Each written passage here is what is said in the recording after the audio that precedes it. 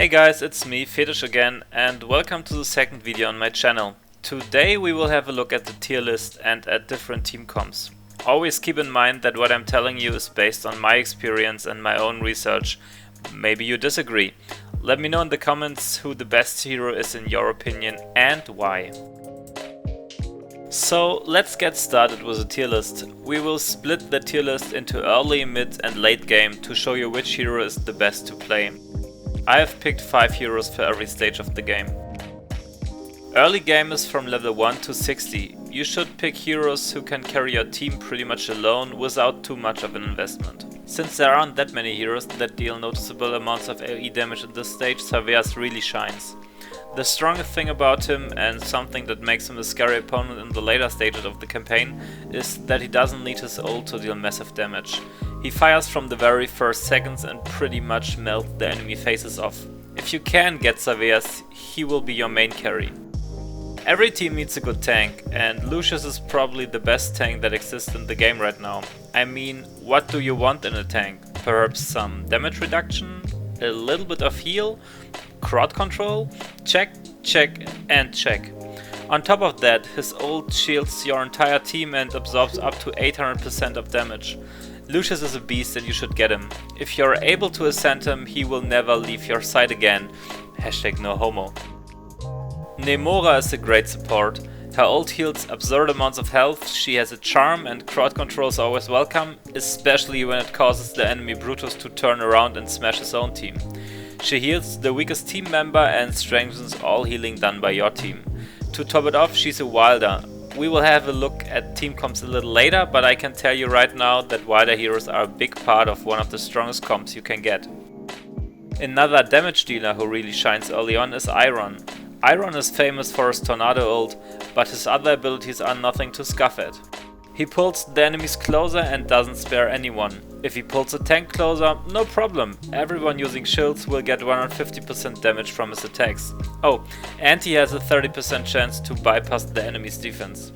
He's a great addition to your early game team and will definitely help you power through the earlier stages. Tazi is an every stage kind of girl. I don't fear much in this game, but Tazi gives me the heebie-jeebies. To be fair, Tazi is my comp's weakness, but we will get to this later. What makes Tazi so fearsome? Her ult puts all enemies to sleep, and when she gets hit she just hops and skips around, buffing her team or damaging an enemy, depending on where she lands. She also banishes the strongest enemy, so if you are looking for crowd control and good survivability, Tazi is your go-to hero.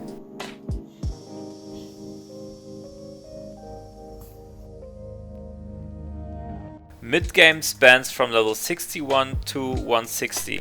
With this level up, your legendary heroes will get their ultimates buffed up to level 2, but more importantly, mythical heroes will get their 4th skill and start to unlock their full potential, and with it, make them more useful in your team. Mid-game is where the real fighting begins. Xavier's will continue to carry your team alone. Ascend him to Legendary Plus and level 160 first. Just cram everything you got into him. The rest are just there to support him. If you thought Tazi was strong before, welcome to mid-game, it only gets better. New to our tier list is Brutus. If you are lucky enough to get this lying with his big ass sword, hold onto him with both hands. What makes Brutus so strong is his ult and how good it synergizes with all his other abilities. When he takes a fatal blow, he becomes immune for between 4 and 8 seconds depending on the level. That's a super long time in an AFK match. On top of that, the lower his health, the more damage he deals. He can increase his damage up to 90%, and I haven't even mentioned his ult yet. His ult is a whirlwind. He spins around and is impervious to any form of mind control. When it happens that Brutus is low on life and everything activates at the same time, he will pretty much crush the enemy team. Brutus does a lot of damage for a tank, but his life is quite low. Regardless, he's the second best tank in the game. Spin to win. Lucius just keeps doing Lucius things, healing, shielding and surviving. Also new to our tier list, we welcome Rosalind in this stage. This little girl throws teacups at her enemies and, surprisingly, manages to pack quite a punch. She's a support hero. She will always follow your strongest hero and support him. He takes less damage, she heals him for a percentage of her attack rating, and if the hero she is supporting is in the backline, she will knock enemies back from time to time. But what makes her so strong and useful is her ult. Once she has charged up her ult, she gives all her energy points to the hero she supports, and said hero can ult again. Think double shields from Lucius, double ult on Chimera or Belinda, or maybe a double heal from Nomura. Rosaline will make your dreams come true. Endgame starts at level 161.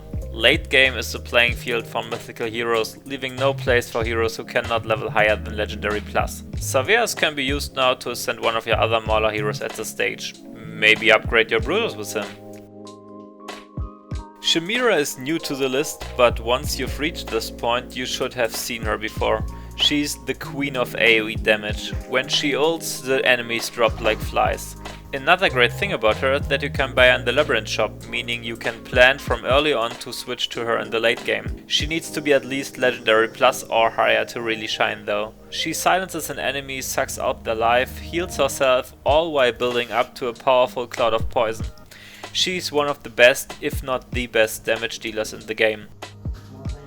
If that wasn't impressive enough, her unique hero item you can unlock once she's mythical pushes her damage even higher.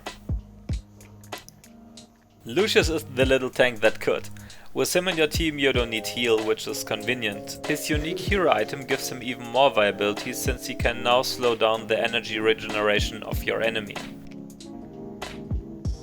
Athalia is hard to obtain, but when you have her she's quite a beast. She is a heavenly assassin. Get it? Heavenly. Cause she's an angel. Forget it, I shall myself out.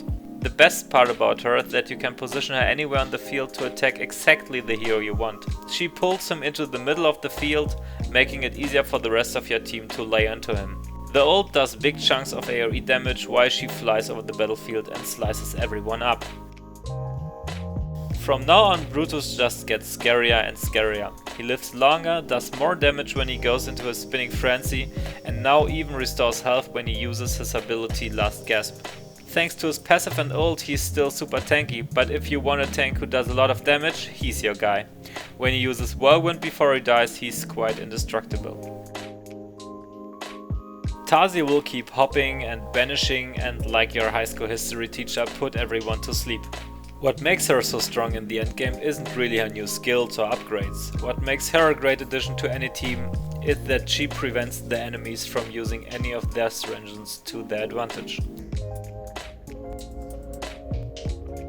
Now that your team is ready for each stage, let's quickly chat about possible team comps. The possibility would be protect the carry comp.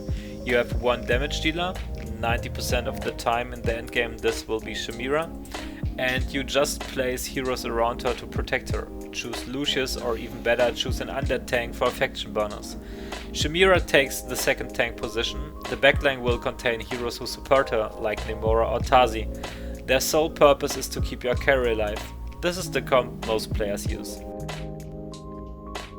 Another possibility is to play a standard RPG comp. 2 tanks in the front, a carry in the back and 2 supporters. You are a bit safer than in the protect the carry comp due to your strong front line, but your carry won't get as much support.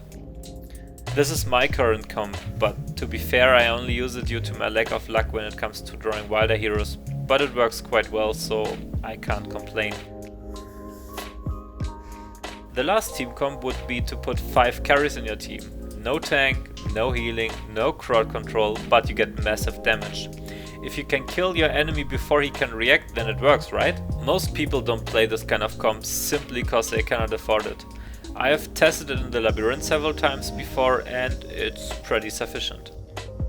Of course, every comp has its pros and cons. A protect the carry comp loses mostly when the enemy controls your carry. Suddenly you can't cause damage and you die. The standard RPG comp can lack damage, heal or support. It depends on the enemy comp though, whether you win or lose. The pure damage comp loses when your enemy builds up enough crowd control to ult. After that your team will probably just drop to the ground. In the end, the comp you play is influenced by your hero draws. May the odds forever be in your favor. Thanks for watching our second video. Hit the like button and subscribe if you want to. Leave a comment down below. Our next video will cover the peaks of time. We post every Thursday. Till then, this has been Fetish and I'm going AFK.